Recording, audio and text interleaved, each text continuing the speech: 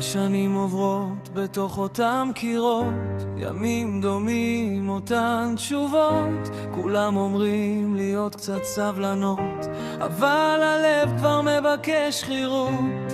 אני בן 21 היום, עם חלומות שלא נתנו מקום, רוצה לפתוח דלת משלי, להרגיש שהחיים גם שלי. כבר הגיע הזמן לנשום לבד, לבנות עתיד צעד אחרי צעד, דירה קטנה, אור במטבח, להרגיש סוף סוף שאני שייך, לא לבקש רשות לחיות, לא לספור עוד תקרות, רק להיות מי שאני באמת, בלי לפחד, בלי להתלבט.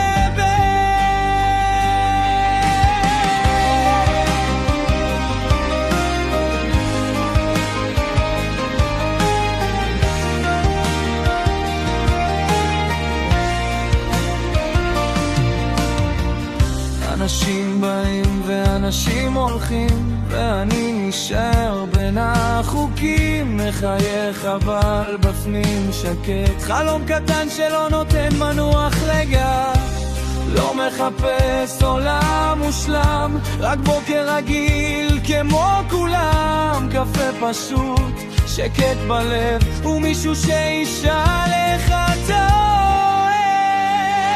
כבר הגיע הזמן לנשום לבד, לבחור לאן הולך כל צעד, לזכור דלת בסוף היום, ולהרגיש שזה הבית לא חלום, לחיות בלי להרגיש אורח, בלי שמישהו תמיד משגיח, רק להיות מי שאני באמת, ולגלות עולם חדש לאט.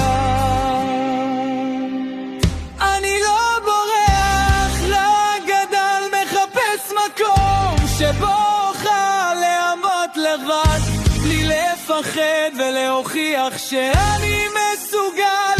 כן, הגיע הזמן שלי עכשיו למצוא שקט בתוך הלב הרחב, לא עוד לא חכות לישור, רק להתחיל חיים